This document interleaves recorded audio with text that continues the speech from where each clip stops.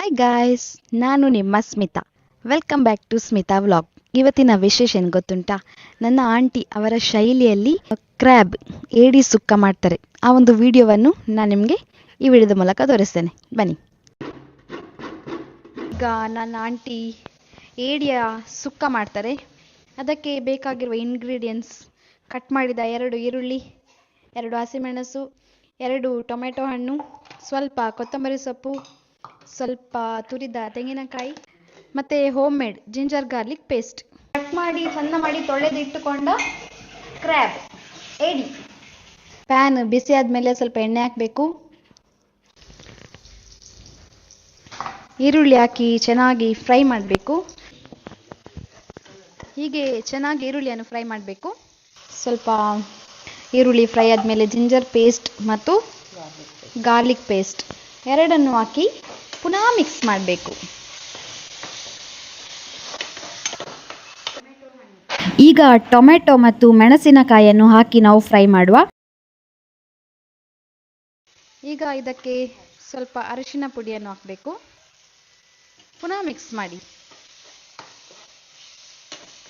ಆಮೇಲೆ ಕೊತ್ತಂಬರಿ ಸೊಪ್ಪು ಎಲ್ಲ ಲಾಸ್ಟಿಗೆ ಹಾಕ್ತಿರಲ್ಲ, ಈಗ ನಾವು ಮೊದಲೇ ಹಾಕ್ತೀವಿ. ಇದು ಕೂಡ ಟೇಸ್ಟ್ ಒಂಥರ ಡಿಫ್ರೆಂಟ್ ಆಗಿ ಚೆನ್ನಾಗಿರುತ್ತೆ. ನೀವು ಒಂದ್ಸಲ ಈ ಒಂದು ಸ್ಟೈಲಲ್ಲಿ ಟ್ರೈ ಮಾಡಿ. ಕೊತ್ತಂಬರಿ ಸೊಪ್ಪು ಹಾಕಿ ಮಿಕ್ಸ್ ಮಾಡಬೇಕು. ಈಗ ಇದಕ್ಕೆ ಕ್ರ್ಯಾಬ್ ಹಾಕಬೇಕು. ಚೆನ್ನ ಮಾಡಿ ತೊಳೆದು ಇಟ್ಟ ಕ್ರ್ಯಾಬನ್ನು ನಾವೀಗ ಹಾಕ್ತಾ ಇದ್ದೇವೆ. ಇದು ನನ್ನ ಆಂಟಿಯ ಸ್ಪೆಷಲ್ ಕ್ರ್ಯಾಬ್ ಸುಕ್ಕ.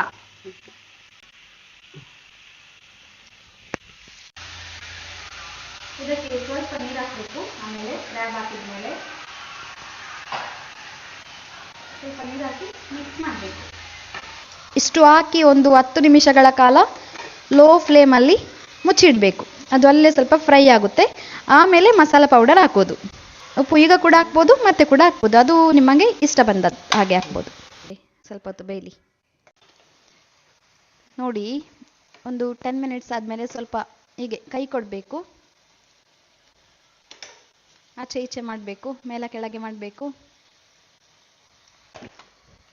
ಸ್ವಲ್ಪ ಬೆಂದಿದೆ. ಈಗ ಉಪ್ಪು ಹಾಕ್ತಾರೆ. ರುಚಿಗೆ ತಕ್ಕಷ್ಟು ಉಪ್ಪು ಹಾಕಿ ಆಮೇಲೆ ಪುನಃ ಮುಚ್ಚಿಡಿ. ಈಗ ನಾವು ಇದಕ್ಕೆ ಚಿಕನ್ ಮಸಾಲವನ್ನು ಹಾಕ್ತಿದ್ದೇವೆ. ಹಾಕಿ ಮಿಕ್ಸ್ ಮಾಡಿ. ನೀವು ಗ್ರೈಂಡ್ ಮಾಡಿ ಕೂಡ ಹಾಕ್ಬೋದು ಮಸಾಲೆ ಎಲ್ಲ, ಅದು ಕೂಡ ಚೆನ್ನಾಗಾಗುತ್ತೆ ಟೇಸ್ಟ್. ಆದರೆ ಇದೊಂದು ಡಿಫ್ರೆಂಟ್ ಸ್ಟೈಲ್. ಮಸಾಲ ನಾವು ಯಾವಾಗ ಕೂಡ ಕಡ್ದು ಹಾಕೋದೇ ಅಲ್ವಾ. ಹೀಗೆ ಒಂದ್ಸಲ ಟ್ರೈ ಮಾಡಿ ನೋಡಿ ಹೇಗಾಗುತ್ತೆ ಅಂತೇಳಿ. ಹೊಸದು ಟ್ರೈ ಮಾಡ್ತಾ ಇರಬೇಕು ಅಲ್ವಾ. ಡ್ರೈ ಬೇಕಂತೇಳಿದರೆ ನೀರು ಸ್ವಲ್ಪ ಕಡಿಮೆ ಹಾಕಬೇಕು. ಹಾಕಿದರೆ ಹೀಗೆ ಡ್ರೈ ಆಗಿ ಚೆನ್ನಾಗಿರುತ್ತೆ. ಹಾಗೆ ಸಾರು ಬೇಕಂತೇಳಿದರೆ ಸ್ವಲ್ಪ ನೀರು ಹಾಕಿ ಇಡ್ಬೋದು. ಆದರೆ ಹೀಗೆ ಟ್ರೈ ಮಾಡಿ, ಚೆನ್ನಾಗಿರುತ್ತೆ. 5 ಮಿನಿಟ್ಸ್ ಆದಮೇಲೆ ಇದಕ್ಕೆ ನಾವು ತೆಂಗಿನಕಾಯಿ ತುರಿಯನ್ನು ಹಾಕ್ತೇವೆ. ಚೆನ್ನಾಗಿ ತೆಂಗಿನಕಾಯಿ ತುರಿಯನ್ನು ಚಿಮುಕಿಸಬೇಕು.